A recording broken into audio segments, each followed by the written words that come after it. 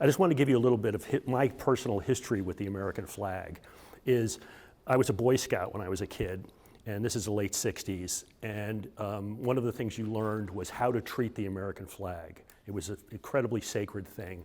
Like if it was an old flag, you were taught how to either bury it if you wanted to get rid of it, like you were burying a person, or burn it. And there was very complicated procedures about how to treat the flag. The flag should never touch the ground. The other thing is, if you put a flag up on a flagpole, you were supposed to take it down at nighttime, something which has been completely forgotten about in our contemporary culture. So this is the late 60s. So the summer of 1969 is the year the film Easy Rider came out. My friend Scott Conant and I went to a theater to see Easy Rider, and because we were both interested in motorcycles. This is in 9th grade.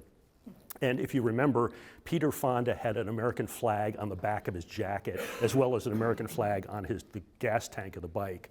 And so we went home and we both sewed American flags on the back of our jackets. And so September of 1960, I guess it's 1969 or 1970 when I started 9th grade or 10th grade, we went to 9th grade. Went to junior high school with our flags on the back. We were suspended and sent home for having a flag on the back of our jacket.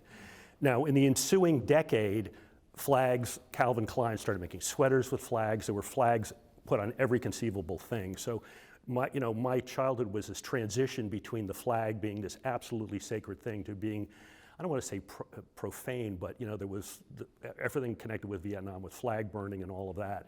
So I kind of grew up in that period. But just starting to talk about this piece, it's the only work I've ever done that directly references the American flag. And there's a little bit of history here where starting in the mid-1990s, I started making sculpture that involved found glass objects, and specifically eyeglasses. And the only reason this happened was because I've worn glasses since I was in 6th grade. And so, if you wear glasses, you end up having a drawer of old glasses. And so I had all of these glasses, and most of them were all metal frame glasses.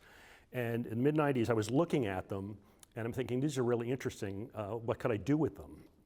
And I started assembling them into objects. This is actually one of the largest ones ever made. And it's made out of eyeglasses, but these are ashtrays. So there were common glass objects. People would give me fancy glass objects like, hand blown things. I wasn't interested in that. Things that kind of we take for granted. And the point of these works were, first of all, I was very influenced when I was young, and this is, I was always kind of I don't know how to say it, I don't know what the right word is. I kind of did things, I was always the person who did things that you weren't supposed to do. And so in the 70s was the era in art of minimalism. And I was really interested in Art Nouveau, and particularly Tiffany. And so a lot of these things started relating, especially the ones I made that were biomorphic, were rounded, kind of to Tiffany's lamps and things that Tiffany made. And they progressed to the point where I wanted to make, because part of the magic, I think, for me, and from talking to people who've engaged with the visitors here, is you're not sure what this is from a distance. You look at it and go, what is that? And you walk up to it and there's this aha moment like, oh, it's made out of eyeglass lenses.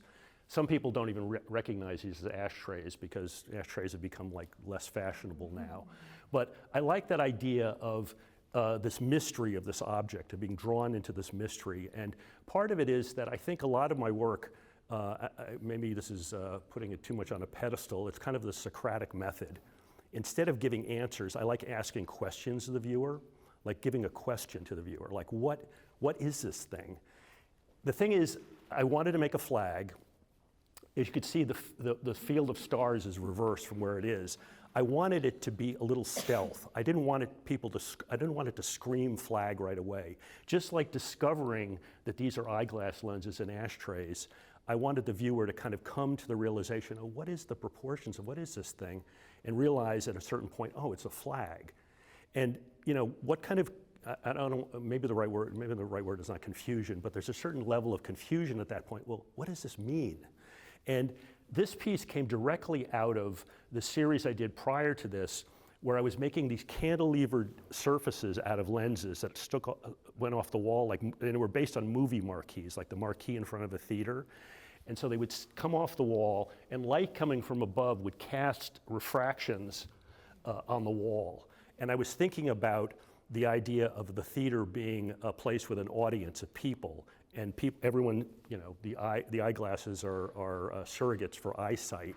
The idea that there's this refraction, this projection on the wall by the marquee that relates to what goes on inside the theater, kind of going back and forth. With the same thing with this piece is like this idea that this is an audience, and what is it's a symbol of the United States. What is the United States? The United States is made of citizens of the United States. So in some ways, these lenses to me represented the idea of the population of the country, of these people, all these people. The ashtrays, because I wanted the field of stars to be different, I was working with ashtrays, and there's only a couple that have images on them, but there's a quail on this one.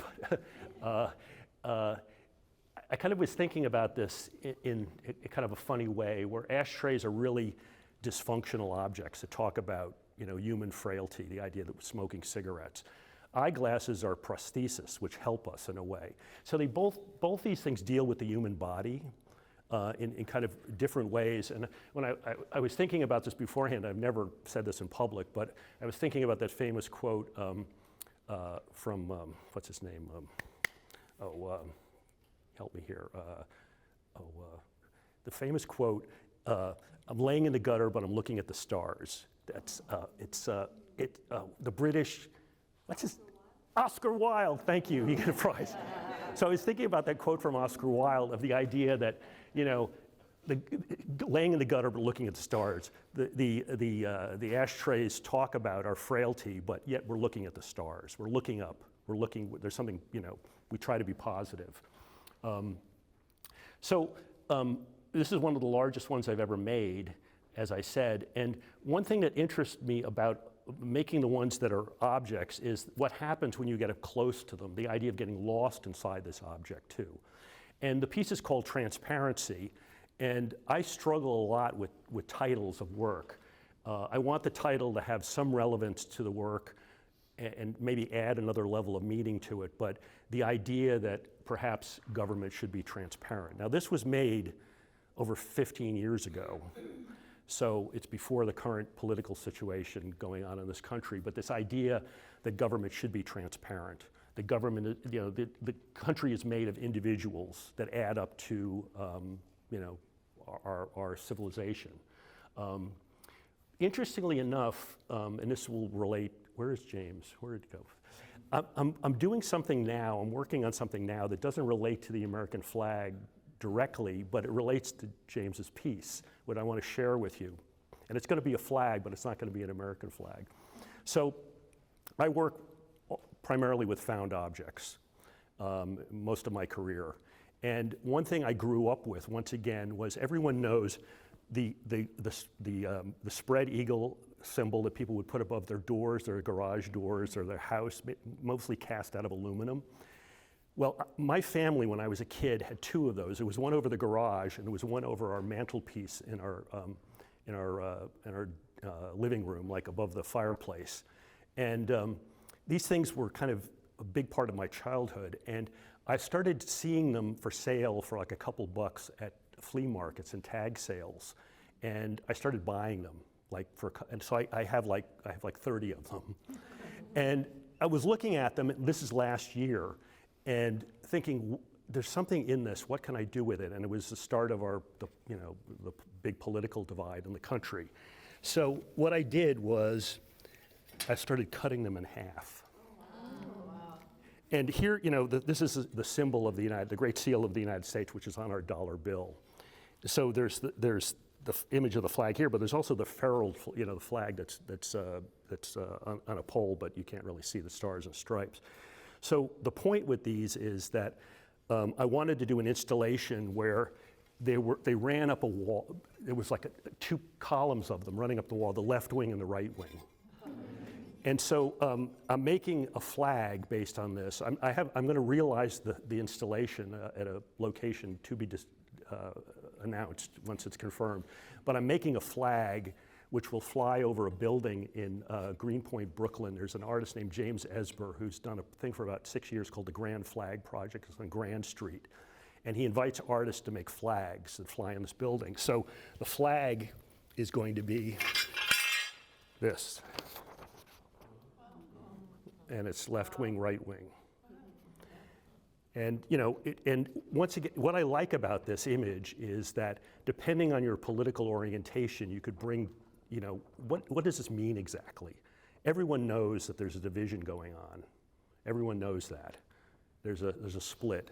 And but still, it's open to interpretation. So it's going to be, the building is a 3-story building, and the flagpole is about 60 feet off the ground. So the flag is going to be 4 by almost 7 feet in size. It's going to be a good size flag, but that's what I'm working on right now, which relates to James's painting over there, but relates to the flag in a curious way, the American flag, even though this is not an American flag. So I kind of talked about this. There must be questions. There's a question out there, I know it. How long did it take you to put it together? Probably, maybe 2 months. Yeah, and the thing was, when I started making work with the lenses, I used primarily, people would give me old glasses, like people who wore glasses, their family did. But at a certain point, I needed so many, I started buying incredibly cheap reading glasses that were imported from China.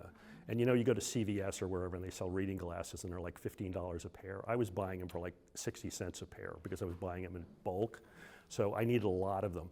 Virtually, I don't know if there's any glass lenses, I can't remember, but if you wear glasses, they haven't made eyeglasses with glass lenses in a long time, or it's a special order if you really want any. So these are all plastic. And the thing is, you can see this is wonky, the surface, but it's actually fairly strong. The weight is all in those because they're glass. But the thing about the objects, the things that are three-dimensional, they're built on forms. So this was actually built on a plywood box. I built a plywood box of proportions first and actually created it on top of the box in sections and took it off and then reassembled it again. So it's a way, I didn't make it like the way it is hanging right now. And sometimes the forms, especially the biomorphic sculptures, the rounded ones, the forms are quite complicated. And when I said I did a series around this time of recognizable objects besides the flag, I made some fire hydrants, I made a sink, I made some urinals. If those of you who are interested in Marcel Duchamp, I couldn't resist. I made a whole series of recognizable objects out of this sort of material sensibility. Yes? Did you know when you were doing the flag in terms of the canton, did you know you were going to use ashtrays and collected them prior to, or you had the ashtrays? I had the ash. I had, you start collecting found glass objects, and I have boxes of ash. I've stopped making this body of work right now, and I still have boxes and boxes of ashtrays. If anyone wants an ashtray, I'm the guy to talk to. The other thing was, initially I never used ashtrays with logos on them, but kind of a year or two after this piece, because I started getting so many with logos, I started incorporating the ashtrays with logos and symbols and stuff in the work, which added kind of another complex layer of meaning and also gave a level of nostalgia, because a lot of these places like Howard Johnson's or International House of Pancakes or places that made ashtrays, they're, quite a few ashtrays that were made, and kind of weird little businesses that, like singular businesses that weren't chains would make ashtrays. So I have a lot of ashtrays, and I don't know what I'm going to do with them. They'll probably end up back at a Goodwill at some point. Do you think the ashtray with the bird connects your and James's work? I never thought about that. It's a quail, so I don't know. Like I think it's a quail. It's probably from some hunting lodge or something, like it could be. But I never thought about that. I think I just included that one because of the shape of it. You know, it was like, oh, I need a rectangular ashtray that's a good size. What do I have? It's one with a quail on it. Okay, I'll use it, sort of thing, you know. Yes? I was wondering about because I'm really interested in projected light, refracted light, that this actually, even though that's not the focus of this piece, I'm really drawn to what's happening below it as well. Almost like they're feathers of wings, just because you were talking about like. But were you interested in that at all with this piece and the way it kind of extends based on the light?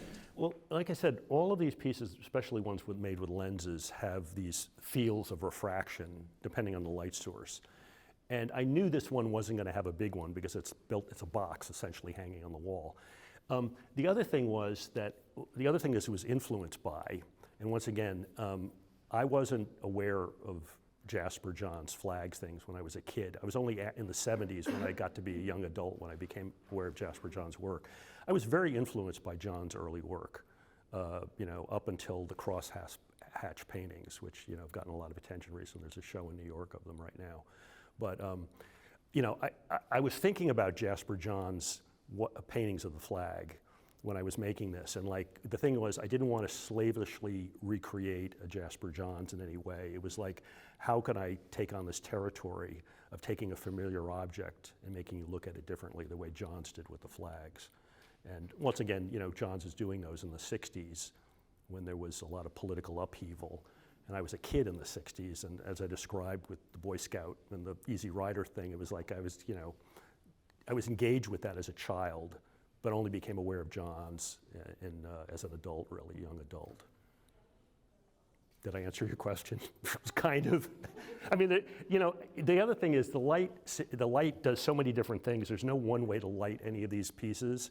It's like sometimes, I know, you know, there's someone I know who owns one of these works in their apartment in New York, and it's near a window, and the light, like indirect light, comes in from the side. And the piece, you could see the refractions on the wall, you could see the image of the world outside. Like it's a little, you know, it's actually reflecting that. The other thing people have asked me is whether these could start fires. And they can't because they're only reading glasses, and the focal distance is so short. And I've actually tried to do that. I've thought about that because I read of the story of someone who was like a pagan fortune teller who put their crystal ball near the window, and it focused the light on their sofa and started a fire that burnt down the house.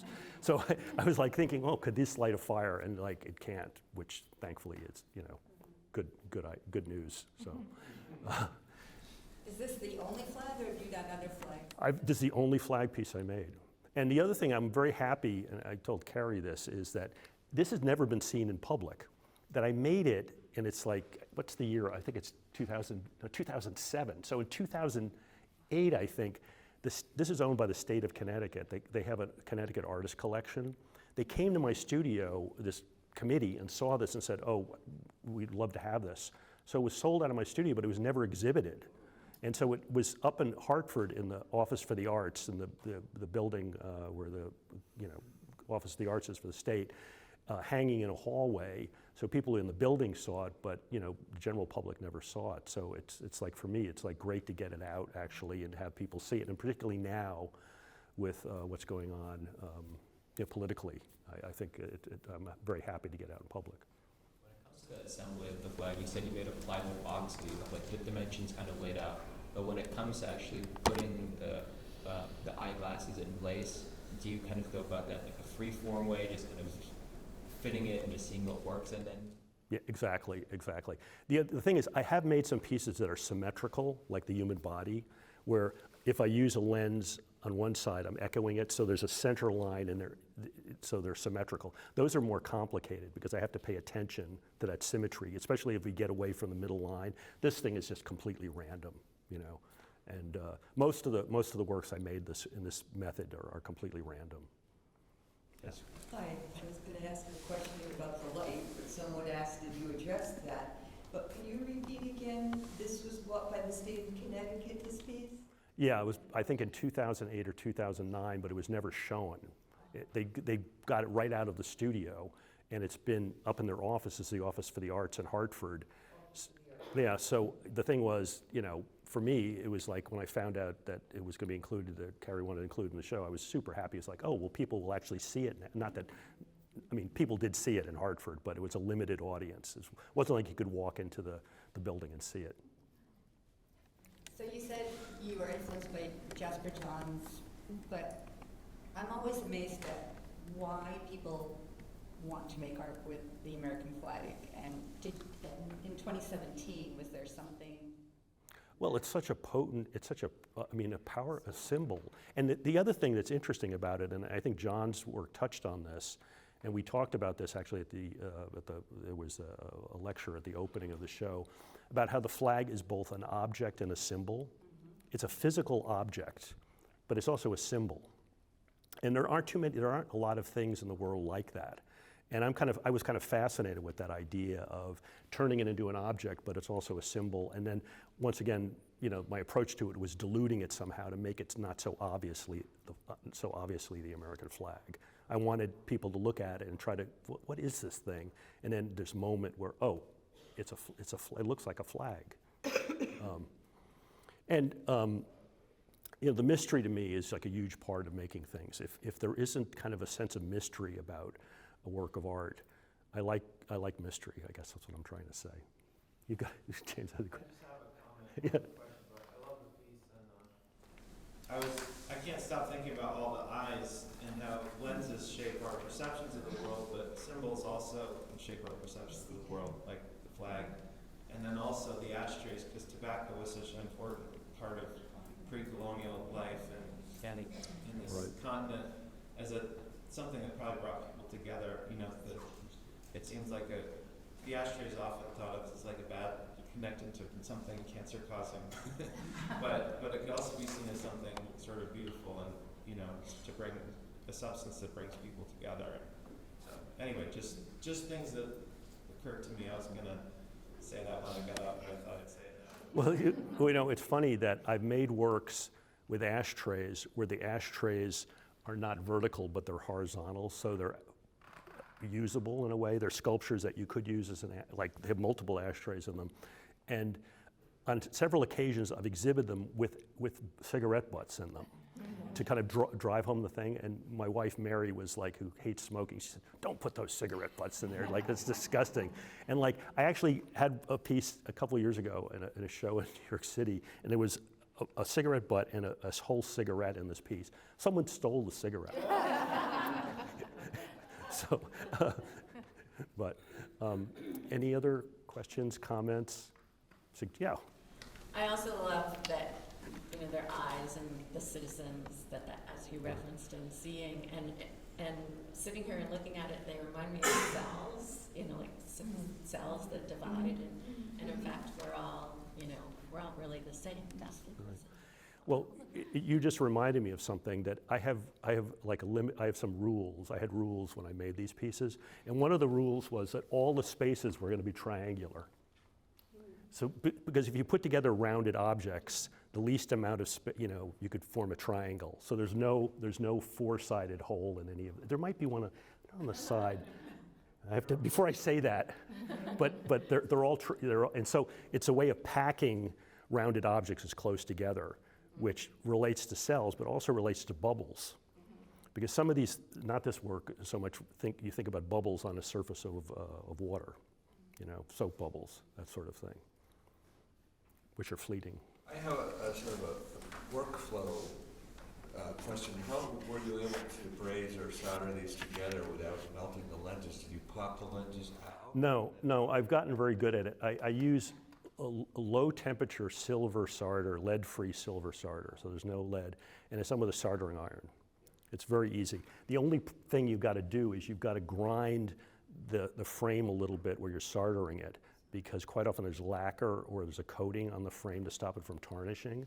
So one of the most time-consuming things is like with my flexible shaft grinder is like grinding the location where it's going to be soldered. And the thing is, it's kind of meditative. Making these, I always related it to kind of quilting. You're sitting there doing the same thing over and over, you know, like kind of this repetitive thing where I put on some music, I'd sit there, and funny, I remember this piece in particular because I would take a magic marker on the wooden box and draw a line. This is the area I'm doing today. The goal, like I'm going to get up to that point. So I'd set a goal for myself, like each day, of how many lenses I'm going to put down. The other thing was having to cut into the box so the ashtrays were flush with the surface. So there were holes cut into the plywood box as I was making this to be able to drop the ashtrays down into. So it's a little bit more complicated than one would think. You had to frame in the ashtray. Yeah, frame it with you know, I take brass tubing and cut it in half. So there's a little edge of brass. You know, it's stained glass techniques. That's another thing. When I was in high school, I took an art class where I actually did some stained glass work. And I've always really loved stained glass. I mean, we talked about Tiffany, but even traditional stained glass. And, you know, Tiffany, you know, I don't know if those of you who go through Grand Central Station, the largest Tiffany window in the world is the one on the south side of the station where the clock is. And if you ever have, you know, they give tours, behind the scene tours of Grand Central you could sign up for. They bring you up there. I would recommend you do it, to go look at that window close up. It's a pretty amazing thing. Any other quote? I just have one thing. Yeah. It looks like mangled chicken wire in some ways. I mean, I know what it is beforehand, but there's something about it that strikes me as wire in the garden. Yeah. Yeah. Well, you know, having the two planes away from one another, where the focus thing changes, there's a certain disorientation, especially when you get up close to it. And I like that. I like that kind of this crazy disorientation that happens optically with glass objects. So I think we're gonna. thank you. We'll make the transition over to James.